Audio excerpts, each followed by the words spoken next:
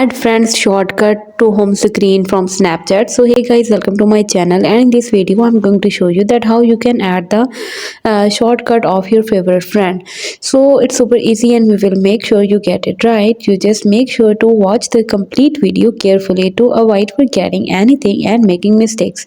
So guys, let's get started. You have to hold your finger on one of your chat that you want to add as a shortcut. So after that you will have to tap right here on chat setting, and after that you can see the pin shortcut to home screen option, and after that you will have to tap right here and you can see add shortcut to home screen. So you have to hit the allow button, and after that you can see that this chat will be added to your home screen as a shortcut. So hope you guys like my video, and please consider showing your support by commenting, liking, sharing and subscribing to my channel for more valuable content in the future.